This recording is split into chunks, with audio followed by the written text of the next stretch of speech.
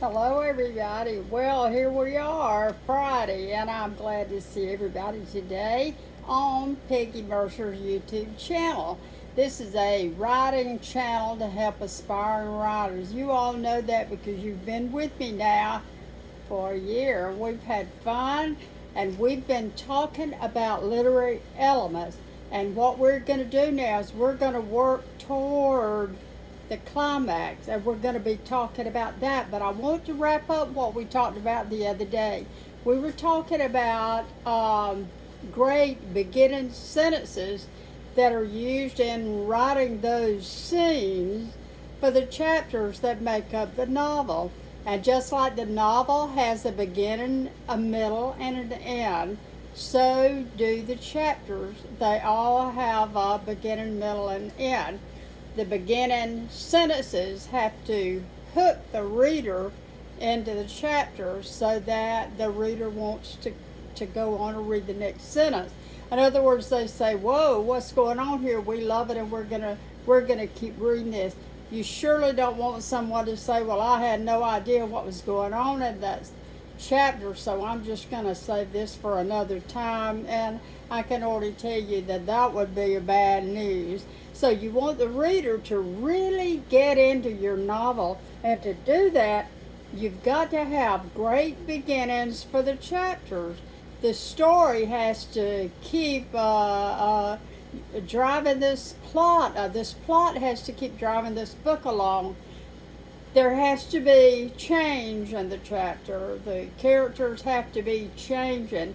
They have to be thinking. They have to be doing. Something has to be happening.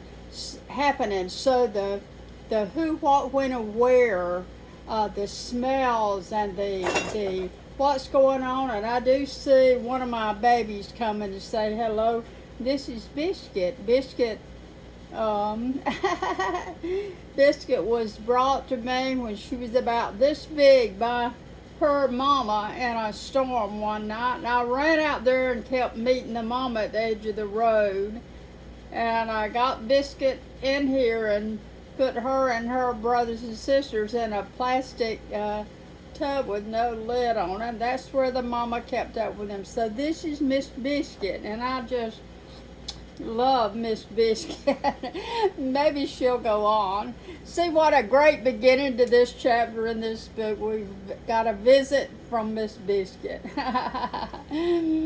Anyway, hello Biscuit. You are a pure doll, and this is Snowflakey's mama. Many of you have heard me talk about my premature baby Snowflake. This is Snowflake's mama. She's gonna give me a kiss. Give me a kiss, Biscuit. Listen. Thank you, Biscuit. So we'll just hope Biscuit goes on to play with some of the other cats, and she's probably not going to because she loves to be with me. Well, what you doing, Biscuit? You gonna stay here? And are you gonna get in the? Are you gonna get on TV? Well, you awful pretty today. I love you. Okay, go on, Biscuit. Anyway, we're talking about having great beginnings and sentences that are great, asking questions, doing things, the characters are interacting, and maybe some outside circumstances are happening, and what's going on is moving this story forward. Now, I talked about great openings for the entire novel. Hello, Biscuit, you sure are a pretty girl today. So I talked about great openings for the book. And then we talked about great beginnings, great sentences. How do you get great sentences? And you've got to keep the reader in the loop here, because we want to make sure that the reader knows where this is happening and what's happening and what's going on, depending on the type of novel that you're writing. There may be different events going on, and certainly you want to keep in mind that you've got to start these chapters with a bang. Now, I also want to mention in here, because I actually had a student of mine, I had a girl that's writing a novel, asked me, what, Biscuit? Now you get on down, Biscuit. Go on, baby. So I had a girl that asked me, what about the ending of the chapters? And she said that she had heard me at a conference I did at a college. She said she had heard me talk about the ending of a chapter, making it a cliffhanger ending. Now that's like standing on a cliff and it's kind of scary and maybe it's really got your attention. So how do we have these endings of these chapters? And if we call it a cliffhanger ending, it's an ending where it makes you want to go on to the next chapter. I've had a lot of people say to me, I could not put your book down. And this is one of the ones that they couldn't put down. And that this is called Another Island, Another Moon. And this is a self-published book. This was not published by major publisher. I never asked a major publisher, although they do call me and text me and say, don't you think we should see what you're writing?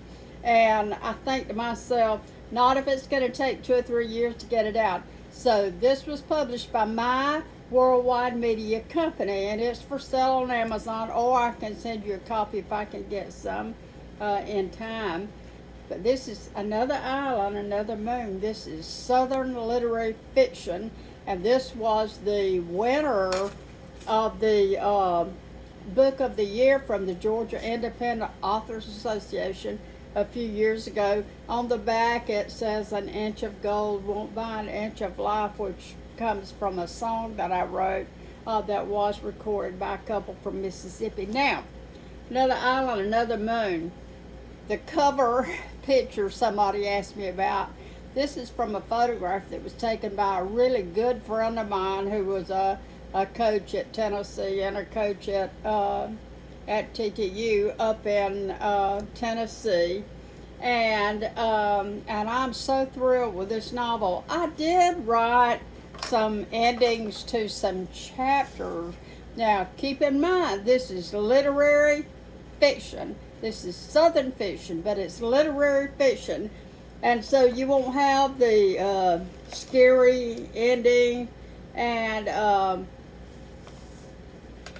at the end of one chapter, it says, like Jackie Onassis said, when she found out she had lymphoma growing like weeds inside her bloodstream, all those exercises, at the end of this chapter, all the talking, all the praying, all the loving, life changes clothes at least once a day. Then I started chapter 8 like this. Crying Time Again was a song stuck in Big Daddy's head as he listened to Alana Lois speak softly. She was focused and determined. It was like he was Mr. Right and she was Miss Always Right. She liked it her way and had since the day he met her. Some wives, most, are like this, or so men think. Now, that ended the one chapter and started another.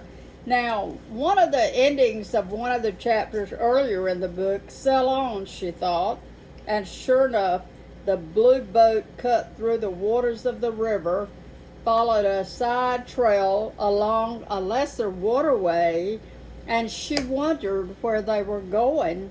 She did not want to know. Just go, baby, go.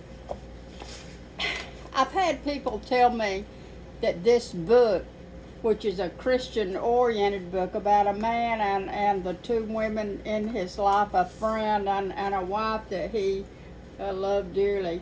And I had a lady tell me that this book changed her life. This is a book about love and loss. And I won't tell you any more about it, but it's set on the Georgia coast and near going from Darien, Georgia, through there where you get on the ferry to go to Sapelo Island. So read this. Get it from me or get it from Amazon. It was a #1 bestseller.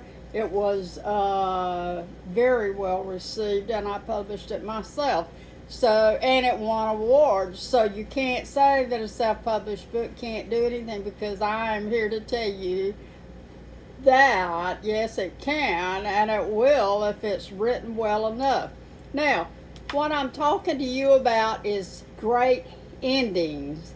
Now, I have a couple of children's books that I wrote. One of them I was sort of commissioned to write this book for a gifted program, and one of the doctors in town supported the project, and I was able to write a Halloween book that starts in Savannah and goes to Cogdell, Georgia. And I'll show you that book and talk to you about how I used local nonfiction to come up with a really fabulous Halloween book for children, an early reader, and there's no telling where that one's going to stop before it stops rolling. But it was just a fabulous project. And every beginning of every chapter and every ending of every chapter had to be really dramatic. Oh my, kind of thing, a ghost, you know, that kind of thing. And I'm going to get that book out of the bookcase and share it with you on the next video, because right now I can't find the copy that I was looking for, but I will find it and I will get it out. So what we're talking about now is how to write great beginnings and great endings. Now, I've covered great beginnings and great endings. I've covered chapters, and I've covered how the plot has to have certain elements, like falling back on the inverted pyramid used by great journalists. And I've known some, and I've written for some big international magazines, and my writing has gone around the globe. And I will tell you now that there is nothing like great beginnings and great endings, because that's what makes the chapters, and the chapters is what makes the book. So we've got all that set, and I hope you're taking notes right along, and I know that you are. Now, I'm going to close for today. It is Friday. It is wonderful month of April. It is chilly outside, and the wind is blowing like great gun.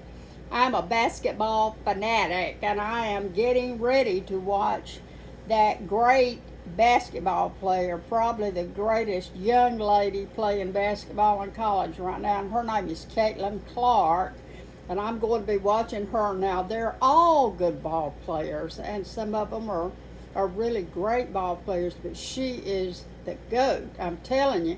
And I'll be watching her tonight, and I hope you have a good weekend. I hope you all are watching basketball and enjoying life, because that's what life is all about. And I'll see you guys back on Monday with the Peggy Mercer Writing YouTube channel, and with the Writing for Love and Maybe Money session that I'm doing. I promised you 12 sessions, and I've gone way overboard, and I'm just going to keep going until I get through, and we'll wrap up the literary elements, and then I'm going to give you a list of my resources. I'm going to give you a session on PR and marketing. If you're into self-publishing, there's nothing wrong with that this day and time. I am going to tell you how to get into publishing at the professional level if you want to, because I've been in all these places. And I will see you on Monday, and we are going to talk about when the book reaches the climax and the action begins to fall. Okay, the book has a beginning, a middle, and an end. And so how do you get to the end from the beginning?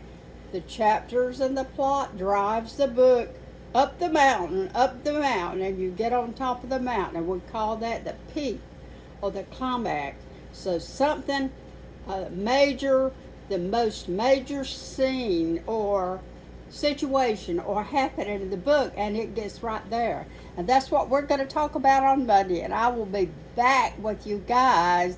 And I appreciate so much, so many of you commenting on this channel. Hope you had a good Easter.